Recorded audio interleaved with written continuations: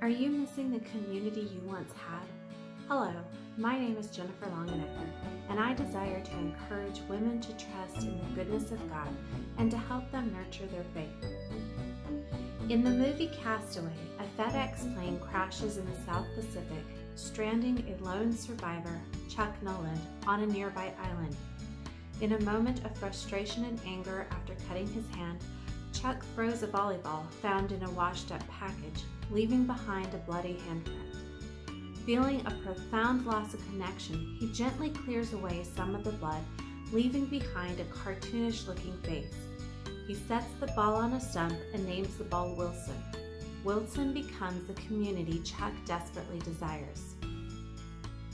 Do you sometimes feel like you have lost the community you once had? Isolation affects people negatively because God created us for relationships, specifically a relationship with Him. So how do we combat the adverse effects of isolation? First, we recognize that a blessing awaits us every day, the blessing of God's presence.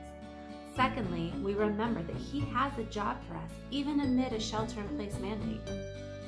1 Thessalonians 5:10-18 says, "Therefore, encourage one another and build one another up, just as you are doing.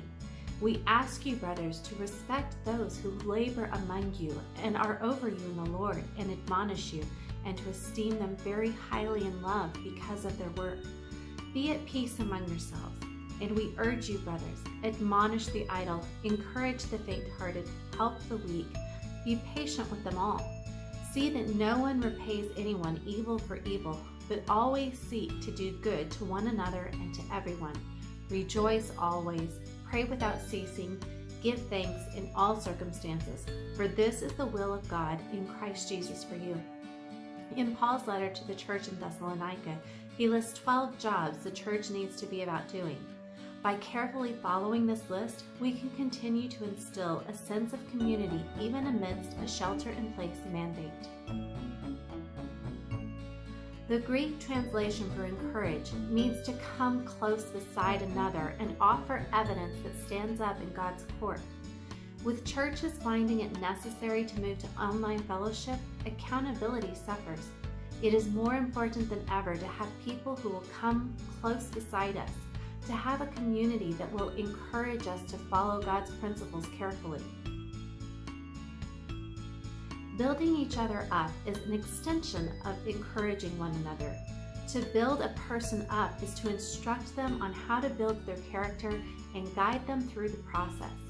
We must allow God's standards to mold us and encourage others to do the same.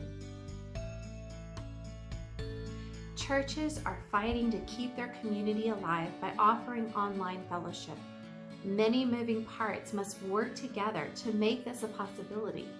Now more than ever, we need to recognize the hard work church leaders put into continuing weekly services.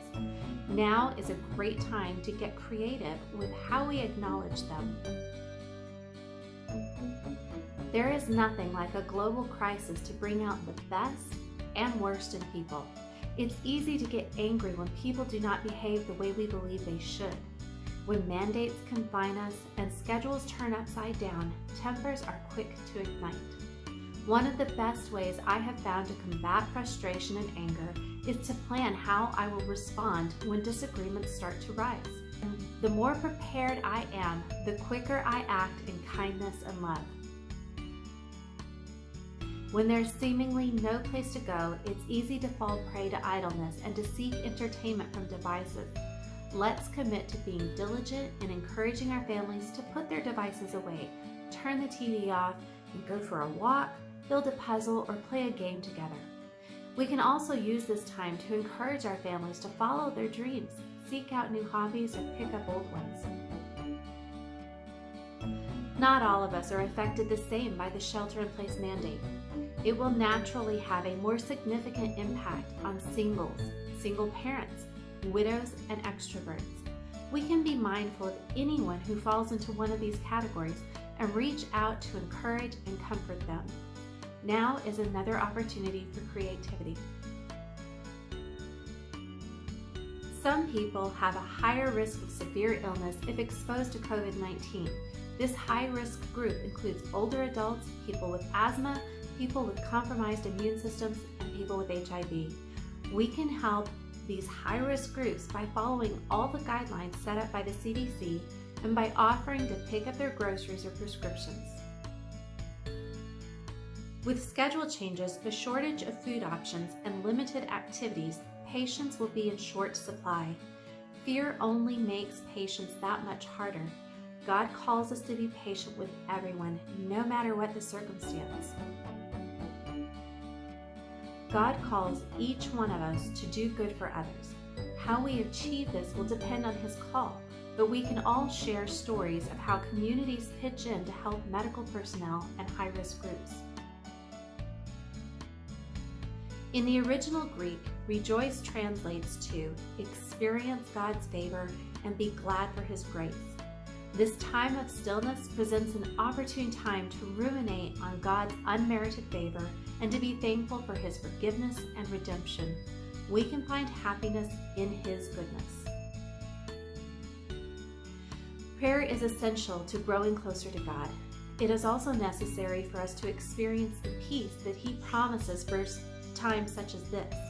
Let's take advantage of this opportunity to immerse ourselves and others in prayer, especially for our medical workers and church leaders. Sometimes we tend to thank God in the good times and question Him in the bad. This pandemic is causing a lot of unrest, fear, and uncertainty, but let's focus on the unexpected blessings that He provides daily. Be thankful and share with others the hope we have found. I encourage you to use this time of stillness to continue building your community by focusing on one of the tasks mentioned in this video. I will include them in the description below. If you are struggling to find peace during this time, I encourage you to read my article, 6 Steps to Overwhelming Peace. God promises peace that exceeds our God-given ability to understand, but it is up to us to claim it. Thanks so much for watching my video today. I would love for you to tell me which of the 12 steps God is leading you to focus on. I would also love to pray for you. You can leave a prayer request in the comments below or simply comment pray. Have a great week. I will see you next Friday.